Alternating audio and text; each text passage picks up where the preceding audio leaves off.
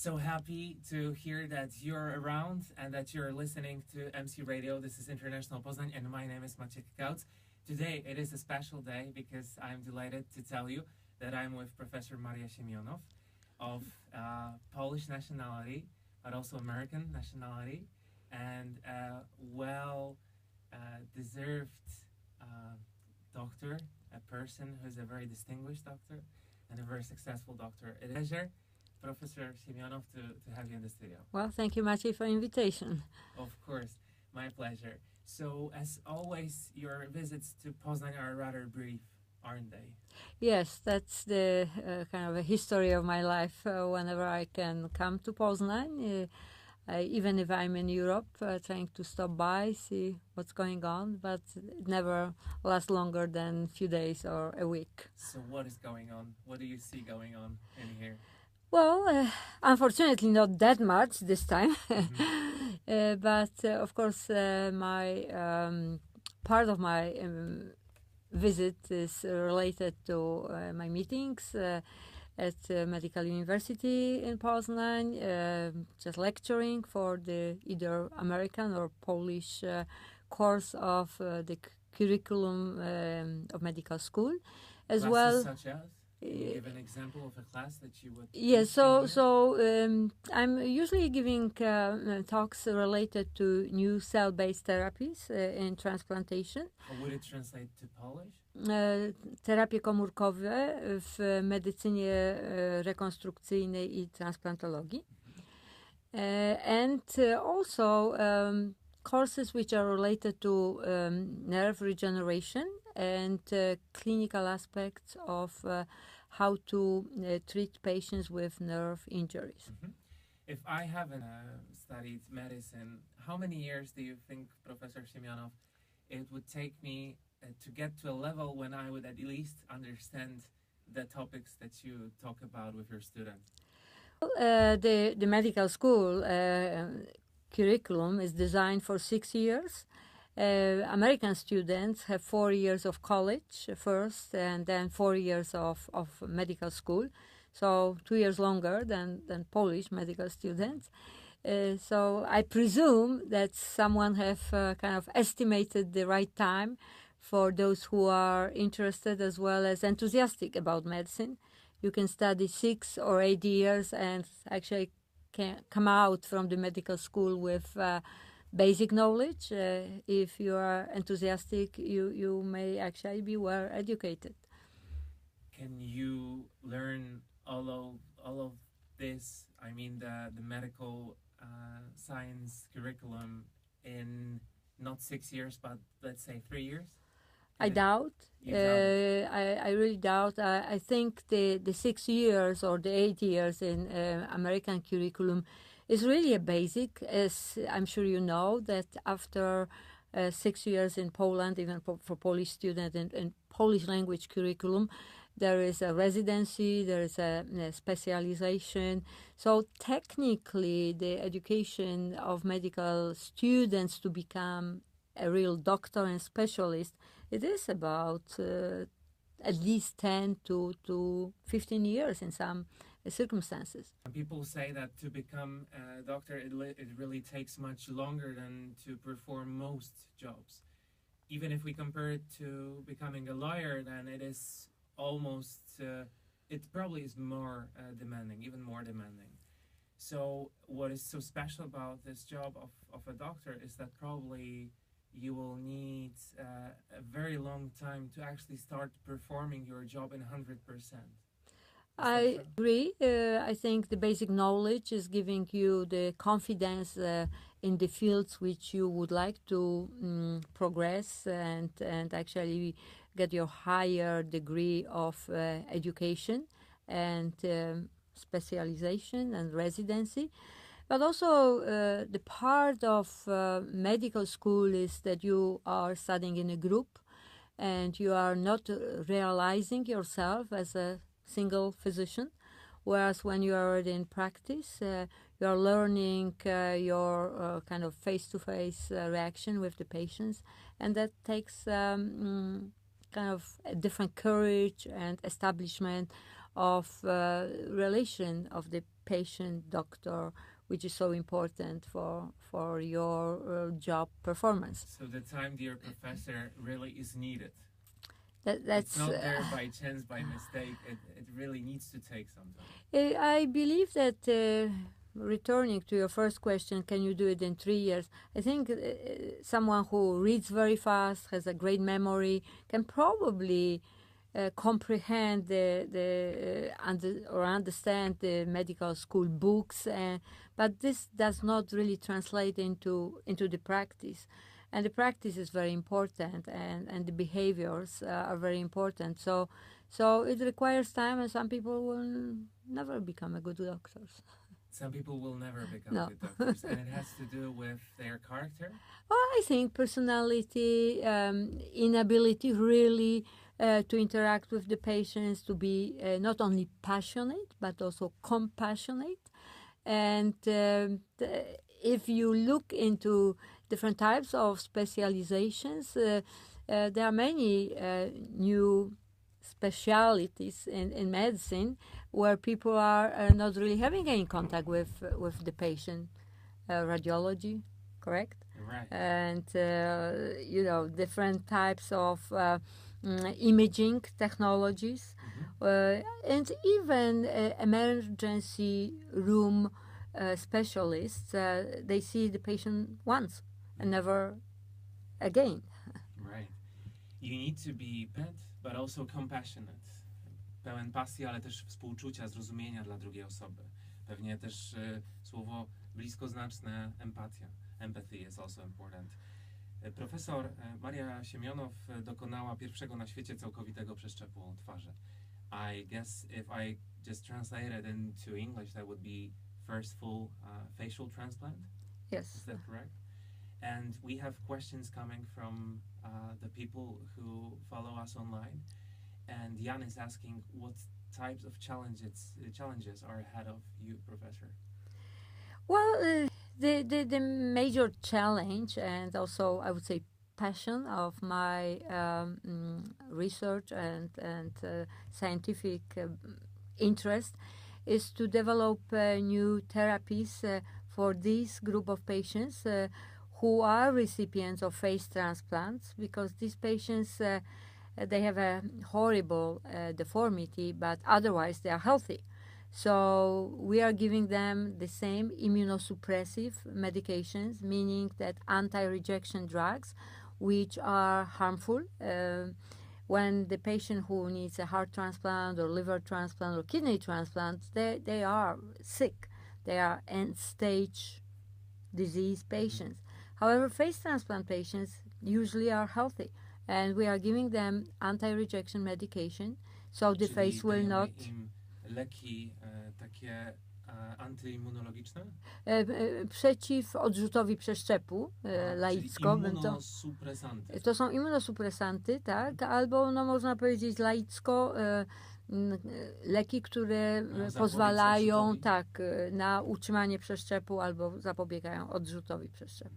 Pani profesor, to ciekawy wątek. I really appreciate this part of our conversation, but I would be tempted to take a brief break. And my question is to you, and it has to do with music. If there maybe is a song from America which you have been listening to recently. Maybe the question should be if you ever have time for music. Well, I used to listen more when I was driving to the hospital. Now I'm listening to the news. It's interesting you ask this question, but this is a song which Alex, my grandson, is singing when he goes to the kindergarten. Oh, nice. And this is a message in the bottle. Okay. And he really is singing like a professional singer. He's only 5. And it's funny to watch him. I have a little video actually which my daughter-in-law Agata sent. And it's so funny because the children are so spontaneous. Yeah, that is the best thing about children. So, Message in the Bottle. Message in the Bottle. That is the number 1 song of this conversation with Professor Maria Siemionow. Thank you very much for taking this invitation. message in the bottle. That is something that we have for MC Radio listeners. I hope you have appreciated this sound. To oczywiście w wydaniu radiowym. A tak czy owak, u nas w studiu dzisiaj pani profesor Maria Siemionow, która pochodzi z Krotoszyna, już te profesjonalne kroki stawiała w Poznaniu. So you were born in Krotoszyn, then grew up in Poznań. This is also where you studied medicine. Sure. And then graduated from medicine in here. And what was actually the moment, that would be my next question, when the United States appeared on the roadmap? So was there a phone call? Was there a friend? Was there a professor who offered that you should study in the US? Well, it was actually quite a story. I was traveling several times to Helsinki, Finland, just for the 3 months internship or fellowship in Invalid Foundation Hospital, where they have performed many hand surgical procedures, and I was always interested in hand surgery. And one of the physicians was a little more senior than me. His name was Siemionow. He is a very well-known professor in Finland of hand surgery. He said, you know, if you are so much interested in hand surgery, there's a great fellowship program in Louisville, Kentucky, in the United States. And they also teach microsurgery, kind of a new field which was developing at that time. Mm-hmm. And I actually applied for the fellowship, and when the group of professors from Louisville, Kentucky came to just visit in, at that time, Yugoslavia, in Ljubljana, I just hopped on the train and went there and have an interview for the fellowship. In the States? Yes, but I interviewed in Ljubljana. I understand. It was easier and less expensive. Yeah, so if I understand it correctly, then Helsinki and Ljubljana were your 2 stops on the way to Louisville and Kentucky in the States. In the space, because Helsinki, of course, was in difference, not just from Helsinki to Ljubljana. In the middle, of course, was Poznań, where I came back from Helsinki, but that was the best way to get exposure, to go for the microsurgery and hand surgery course to Ljubljana.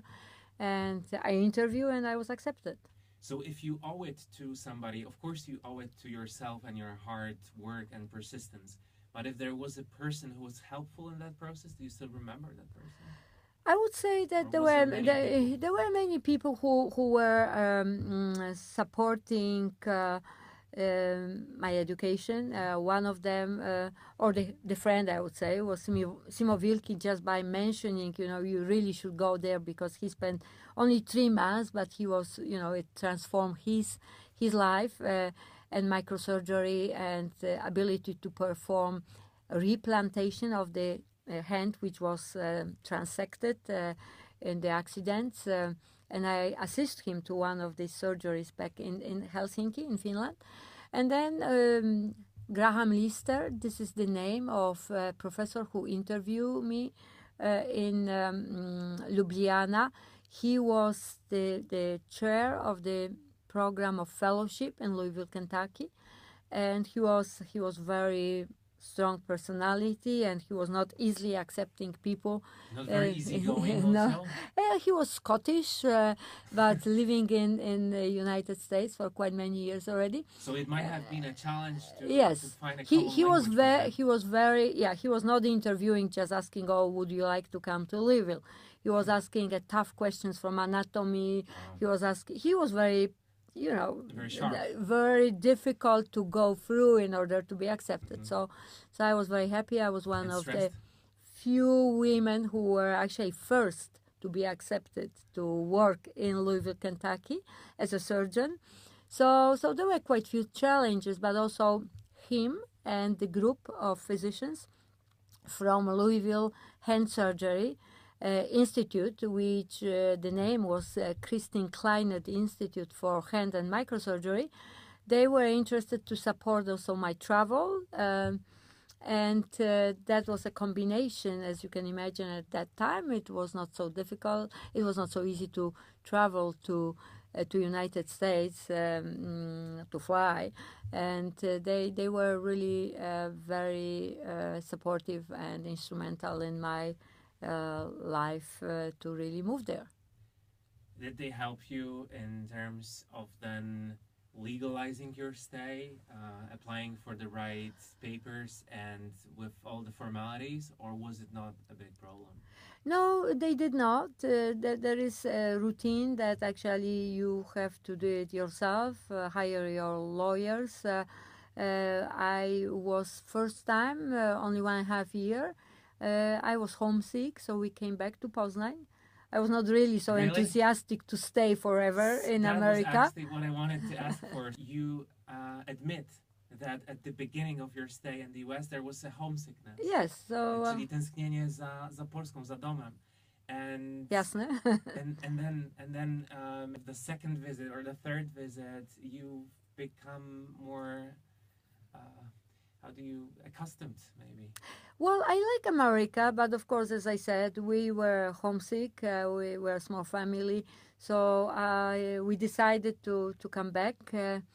There is Hard choice. It was not hard choice. I think we were very happy. I was very happy to come back. But you know, this is something which I'm sure many people who are internationally recognized, oriented, they see that quite often you're coming back to the same place, but not to the same place. You've changed. People who are now discussing things with you, they are taking you differently than before you left. Mm-hmm. You are learning things of kind of American way, which quite often are a good algorithms, great organization. You are coming back to a situation where people think old things work best for us, so why would you change? So there is a little bit of misconception from at least my side that you are coming and you will be bringing so many great things, but it doesn't mean that everybody will openly take them. And I understand that. Mm-hmm. In the meantime, So there was some skepticism. Yes, I think people are comfortable in their own seats. They don't want to change them quite often. And was it what you experienced here in Poland or there in the US? No, here in Poland. Mm-hmm. And that was nothing wrong with that. But when I came back and in a few months I got a letter from Professor Lister and the Christian Kleiner Fellowship Group that would I consider coming back because they kind of miss me there. Mm-hmm. I really did not hesitate. Mr. It is my big pleasure and honor to have you in the studio. I would like us to hear from Michael Bublé, Canadian, also sure. Very famous in the States. I Believe in You is the name of the song, and I believe that there will be more questions from our audience, so I will also be happy to share them with you. This is International Poznań. You're listening to MC Radio. Thank you, Mr. Michael Bublé. We're back in the studio, and there's Professor Maria Siemionow, która dokonała pierwszego całkowitego przeszczepu twarzy.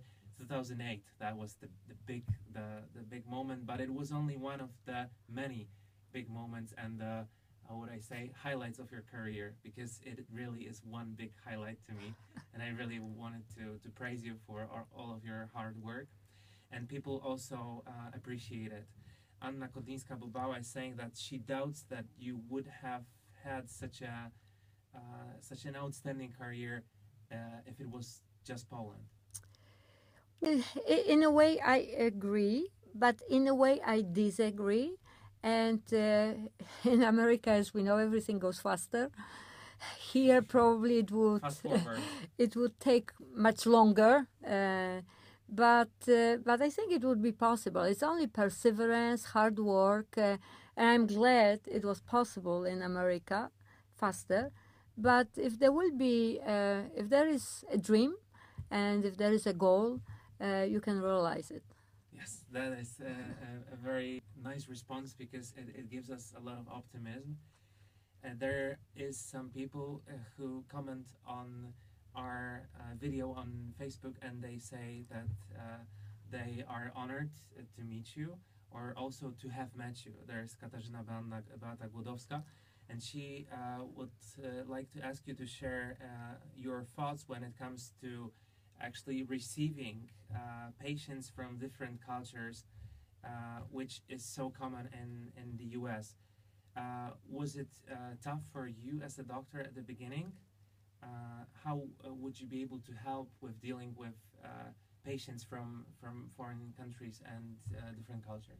Well, the physician is blind for the culture and for the A country. więc lekarz powinien nie zauważać tego, jaki to kraj pochodzenia, jaka kultura. The physician is to help the patient, and this is our mission in life.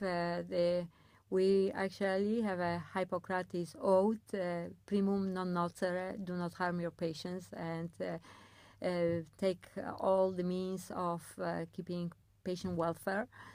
So this is my answer. I would say there is no other answer. If someone is coming and requires help, that's what we have to do. Yeah, but I just guess that sometimes there would be challenges connected to at least the different way of expressing someone's feelings, and you obviously need to communicate with your patient. Sometimes they would maybe, because of some culture differences, be ashamed to tell you some important things, right? True. And, we are prepared in the United States for that. First of all, if there is a problem with interpretation or language, every institution has international interpreters. So, for example, now in Chicago, quite often I have there's a big population of Latino patients. So they quite often are coming with interpreter. I speak Spanish, but I think the rule is that it should be done by professional interpreter, so there will be no doubt that the patient understands very well. So you prefer to ask interpreters yes, to help, even though you understand absolutely. most of what And they I say. can chat with the patient, but when it comes to the professional questions or when it comes to interpretation of my diagnosis or kind of interpretation of what I think about what is going on, then the interpreter is really helpful. Because it's too important Yes. not to be certain. Yes. Also, there are rules in many hospitals and universities where you can find out on the internet how to deal with, for example, Polish patients. And I'm not joking. There is an entire description of that Polish patients are religious, that Polish patients don't like this, they like that. And Do you this think is... that most physicians would read it before dealing with these patients? It's mandatory. It's mandatory. We are taking courses. We are actually taking courses over internet. We have tests over internet, and we have to pass them. Dealing with most cultures or just the most common? The most common cultures, and then of course there are courses every year which we have to pass on medical ethics, and this is a part of that. And this is not enough to take the course once for a few years. It's every year. To może być zaskoczeniem dla słuchaczy, ale właśnie w Stanach Zjednoczonych lekarze muszą podjąć się nauki odmiennych kultur. Na przykład mają swego rodzaju instrukcje współpracy z pacjentem z Polski, gdzie między innymi jest informacja, że prawdopodobnie jest to osoba dość religijna i też odpowiednie sposoby jak gdyby komunikowania się z tą osobą i później są egzaminy z tego, które są obowiązkowe. So the type of information would be that this is a religious country, but also that you should respect that the patient that patients are a little shy, they are introverted, and of course this is not for me. This is also for all physicians, American physicians. But as you know, in the United States, many physicians are coming also from countries of different origin. So we are globally oriented. I understand. We're listening to MC Radio. This is International Poznań. We're taking a very short break to come back with some questions that have to do with the career of Professor Maria Siemionow. Witam serdecznie znowu na fali MC Radia. Jestem Maciek Kauc, ze mną pani profesor Maria Siemionow. So there is a question that has to do, Professor Siemionow, with what we've been saying before the music part. And it has to do with the different types of personalities that is also connected to the nationality that you are. In the States, people usually are just much or at least more open-minded and ready to express their emotions. Have you had any troubles with accustoming to that, or do you have maybe reverse problems when you come back to Poland? Because maybe having spent so much time in the US, you tend to feel the American way a bit more. I think I'm Polish in Poland and I'm Polish in America. Okay, that is an important piece of information. And I have really no problem adjusting to the cultures wherever I go.